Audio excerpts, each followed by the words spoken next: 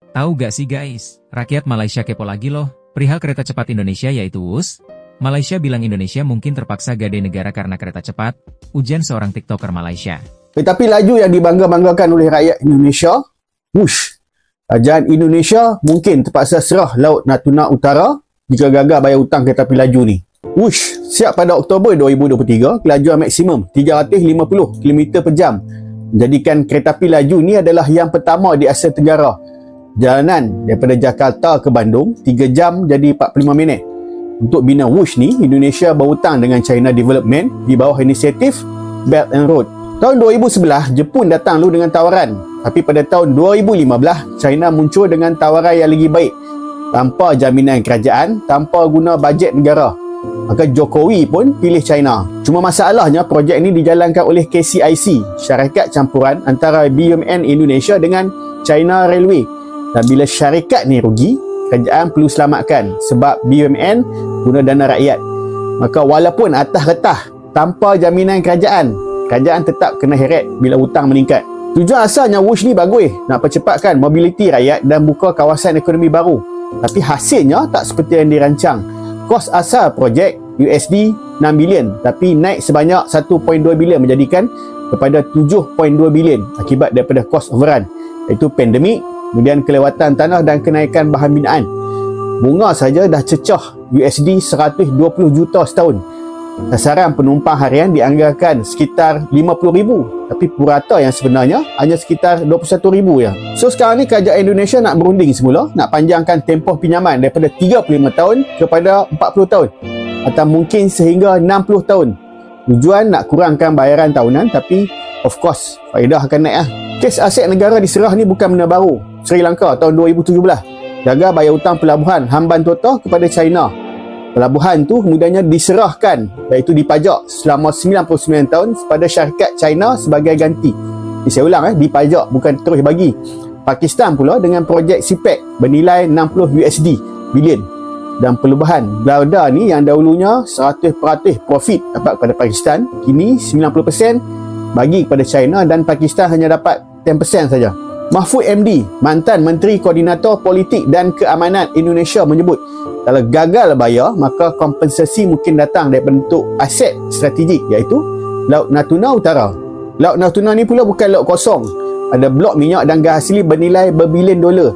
Kedudukannya pula sangat strategik, iaitu di sempadan Laut Cina Selatan yang turut dituntut oleh Beijing sebelum ni melalui Nine Dash Line. Kalau kita lihat Malaysia sendiri, MRT dan LRT pun rugi setiap tahun. Tapi ini tak jadi isu sebab projek ni memang bukan untuk untung. Projek ni ialah untuk rakyat. Kerajaan tanggung kos, bagi subsidi dan biar ekonomi lain terus bergerak. Mereka berstatement karena mendengar perkataan dari mantan Menteri Koordinator Bidang Politik, Hukum, dan Keamanan Menko Polhukam, Mahfud MD mewanti-wanti risiko gagal bayar utang kereta cepat WUS. Menurutnya, jika Indonesia gagal membayar utang itu, maka Cina berpeluang meminta kompensasi yang sangat merugikan negara. Misalnya kompensasi berupa pengambil alihan kepemilikan Natuna Utara. Hal inilah yang membuat rakyat Malaysia menertawakan Indonesia.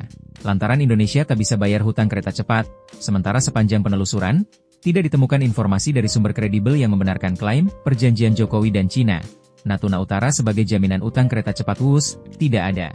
Unggahan video berisi klaim perjanjian antara Jokowi dan Cina. Natuna Utara sebagai jaminan utang kereta cepat WUS merupakan informasi palsu. Rakyat Malaysia dah heboh duluan. Padahal Indonesia bukan tak mampu untuk bayar hutang. Akan tetapi Menteri Keuangan Indonesia sebelumnya menegaskan, enggan mengerahkan APBN untuk ikut menanggung beban utang proyek kereta cepat Jakarta-Bandung, alias WUS yang dikelola oleh PT Kereta Cepat Indonesia Cina. Purbaya menjelaskan, ini karena Danantara sebagai holding BUMN sudah memiliki kemampuan finansial sendiri karena dividen sudah langsung masuk ke kasnya. Terkait WUS Pak, pembayaran menggunakan APBN itu? Saya nggak tahu, katanya itu kan WUS sudah dikelola oleh Danantara kan. Danantara udah ngambil 80 triliun lebih dividen dari BUMN. Harusnya mereka beres dari situ aja.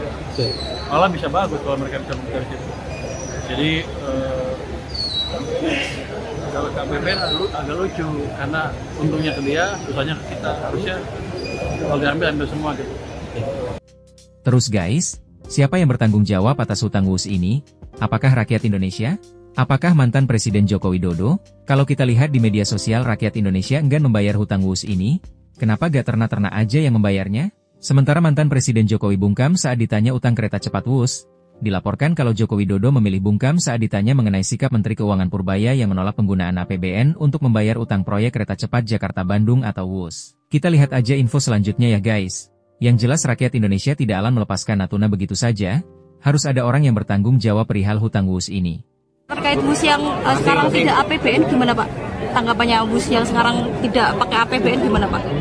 Bus Pak, kereta cepat Pak, gimana Pak tanggapannya Pak? Sekarang kan udah nggak pakai APBN Pak, gimana Pak? Harapan untuk Pak mengasih hutannya Pak?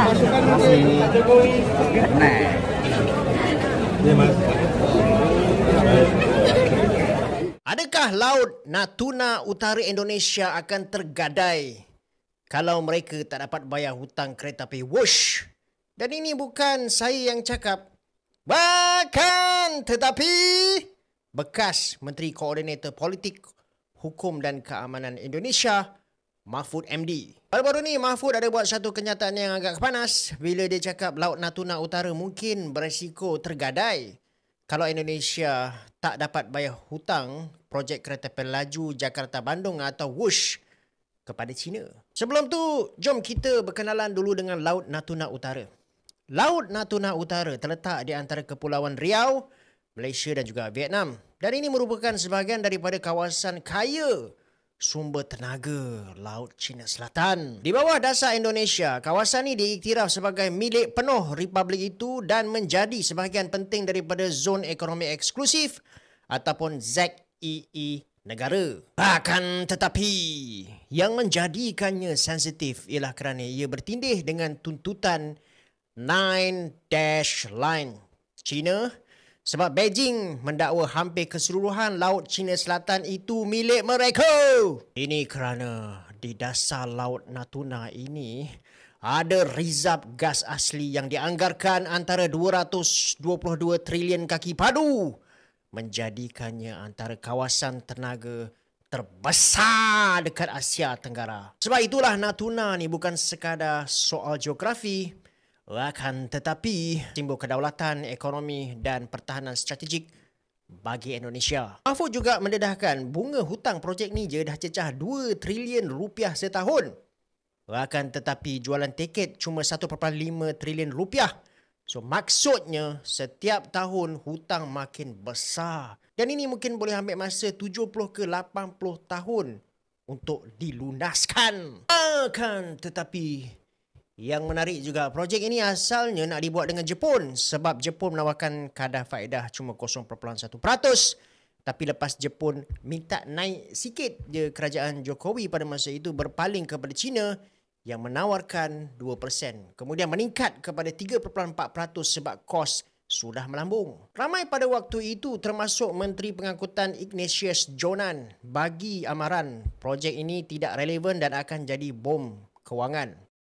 Kereta api laju Jakarta-Bandung Wush mencatat lebih 12 juta penumpang dalam tempoh 2 tahun operasi sejak dilancarkan pada 17 Oktober 2023. Menerusi laporan syarikat kereta api China, China Railway, kereta api berkelajuan tinggi itu telah beroperasi dengan selamat melebihi 5.65 juta kilometer, menjadi tonggak kerjasama antara China dan Indonesia di bawah inisiatif Jalur dan Laluan BRI. Wush merupakan kereta api laju pertama di Indonesia dan Asia Tenggara, menghubungkan Jakarta dan Bandung di wilayah Jawa Barat, mengurangkan masa perjalanan daripada 3 jam kepada hanya 46 minit. Dengan kelajuan operasi sehingga 350 km sejam, perkhidmatan ini menawarkan perjalanan yang cepat, efisien dan mesra alam. Konsortium PT Kereta Cepat Indonesia China KCIC yang membina dan mengendalikan landasan tersebut telah meningkatkan kadar perkhidmatan daripada 14 kepada 62 train harian, manakala kapasiti tempat duduk meningkat daripada 8,400 kepada lebih 37,000.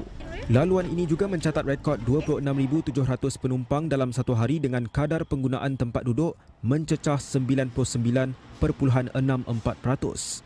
Bagi memastikan operasi berterusan, China turut menyediakan latihan komprehensif kepada 600 kaki tangan Indonesia, termasuk 263 individu yang telah diiktiraf secara rasmi oleh Kementerian Pengangkutan Indonesia.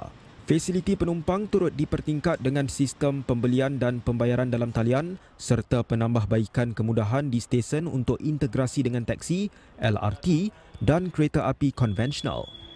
Jadi kita mendukung langkah tegas dari Menteri Keuangan Purbaya, jangan mau lagi negara bobol untuk membayar hutang karena kesalahan-kesalahan perencanaan kereta cepat seperti ini.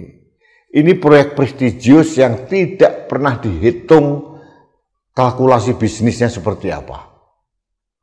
Ini hanya ingin meninggalkan warisan yang prestigius bagi Jokowi, tapi ternyata meninggalkan beban yang besar bagi rakyat.